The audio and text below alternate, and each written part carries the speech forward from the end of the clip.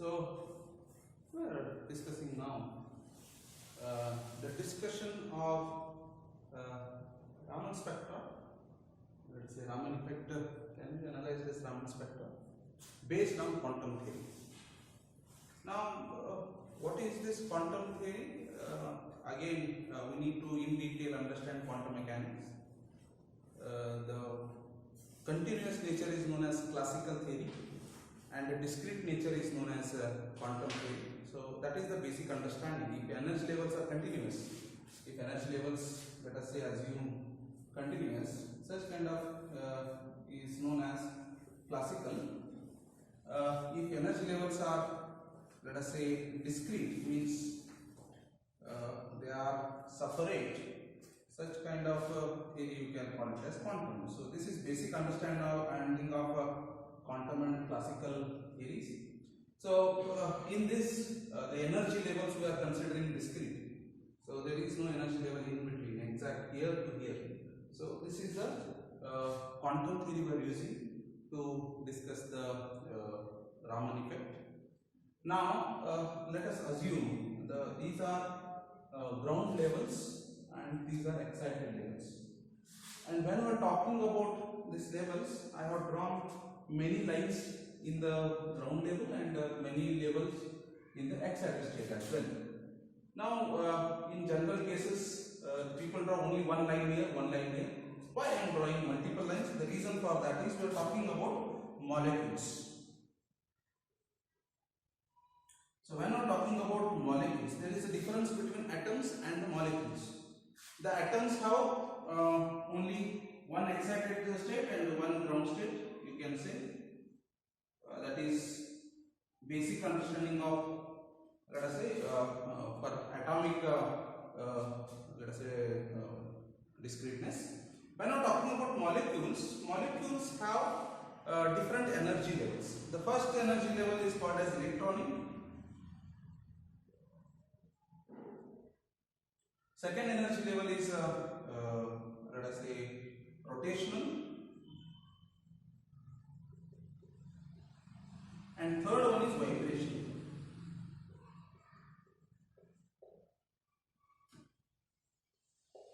Actually, molecules have three different, let us say, energy levels. What we are drawing here is for individual atoms is electronic. Basically, individual atoms do not have either rotational or vibrational energy levels. But when an atom becomes a molecule,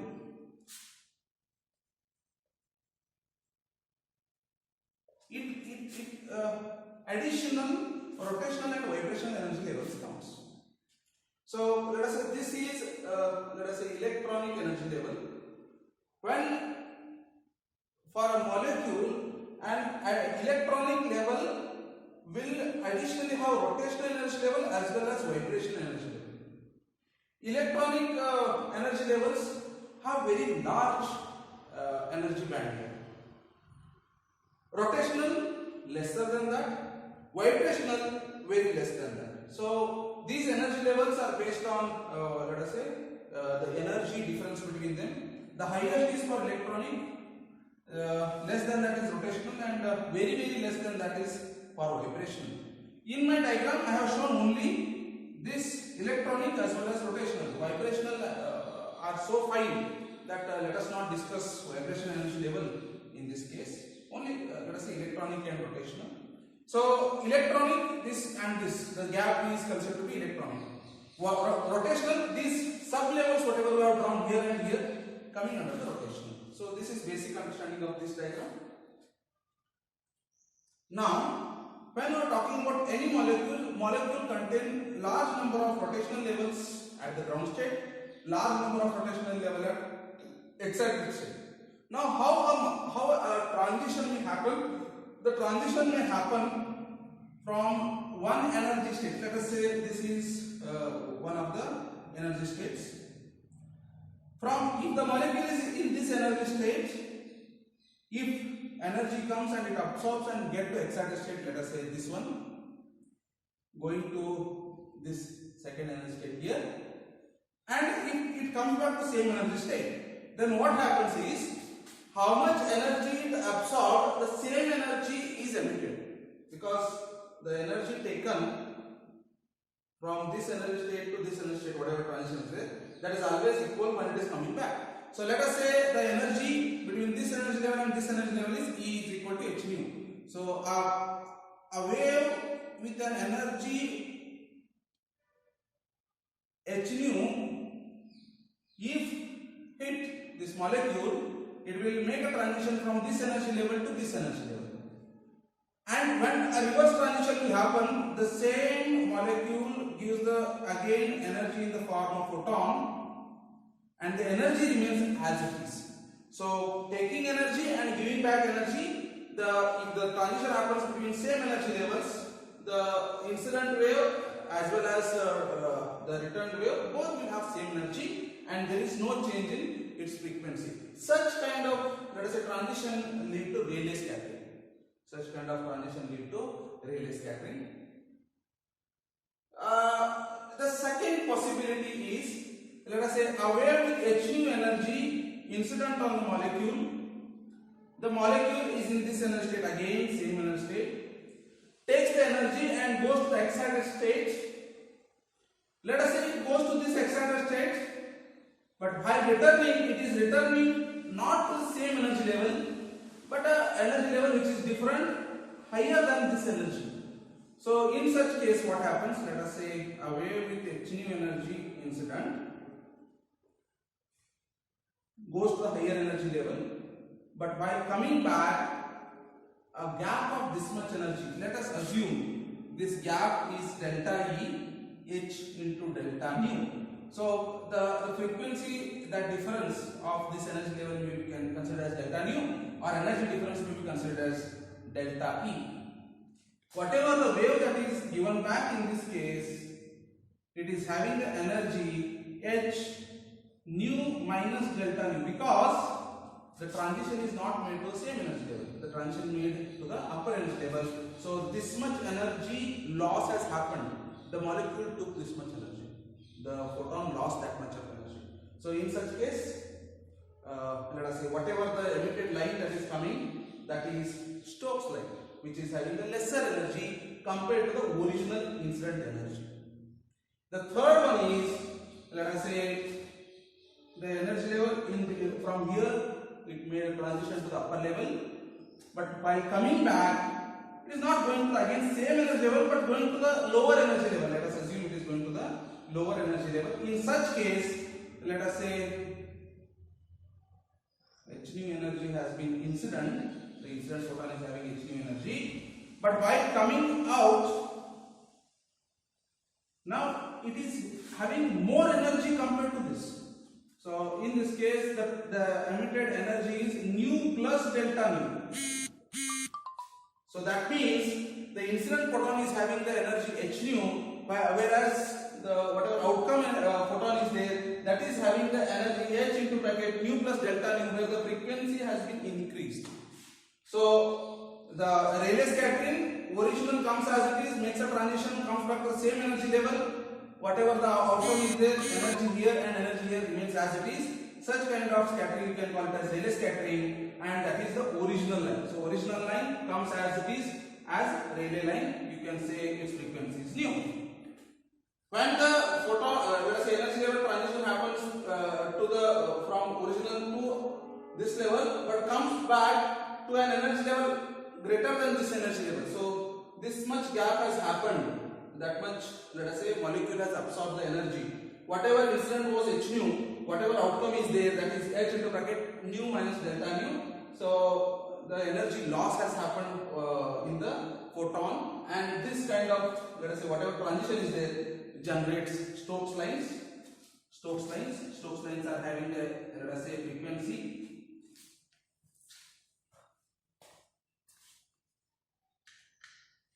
nu minus delta nu. That means frequency decreased. In the anti-Stokes line, from here it makes a transition, but comes back to an energy level lower than this energy level. That means an addition of delta nu has happened. That is, energy increased. So original incident is h nu, the outgoing photon is having the energy h into bracket nu plus delta nu, that means energy has been increased. It generates anti-Stokes lines, nu plus delta nu, and you can say this is the how Rayleigh line, Stokes line and anti-Stokes lines are generated, and the explanation of this based on quantum theory. So quantum mechanics, if you remember the history also, the Raman got the Nobel Prize in 1930s. At that time even quantum theory is not complete. So this explanation came far later on, after he got the Nobel Prize. But basics of entire, let's say, how the Raman effect occurs is there in the quantum theory. Let us see certain applications of Raman effect. When we are talking about applications of Raman effect, today Raman effect is basically known by Raman spectroscopy. So applications of Raman effect you can say, or applications of Raman spectroscopy you can say, both are considered to be same. And when you go to open source, you will see that Raman spectroscopy has very wide range of applications that cannot be covered in one board. So whatever is some points I am trying to discuss, there are very specific applications in physics, there are very specific applications in chemistry, there are in general application. But what are the basics of, let us say, application of Raman spectroscopy? The basics of Raman spectroscopy is, let us say, molecular fingerprinting. So wherever there exists a molecule, it is going to produce Raman, let us say, it is going to be identified in the Raman spectroscopy, and every different molecule is having a different Raman fingerprint.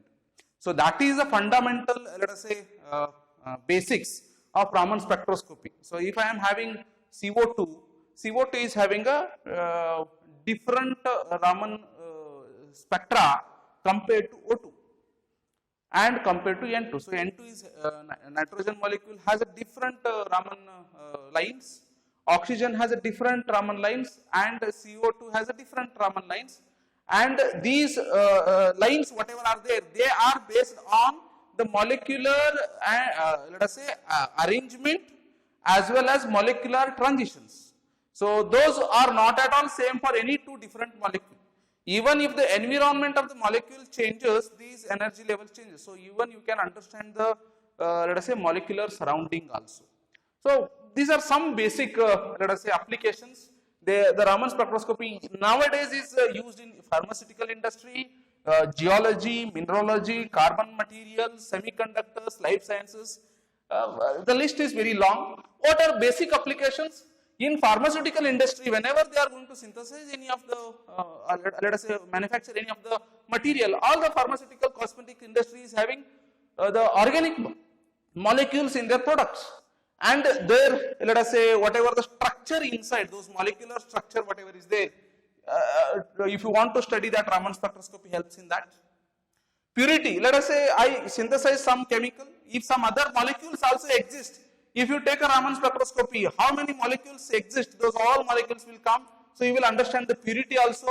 So if the impure material, intensity will define how much it is impure and how much it is pure. So you can even find out the, let us say, concentration of, let us say, or purity or pure or impure materials, whatever the concentration distribution is there.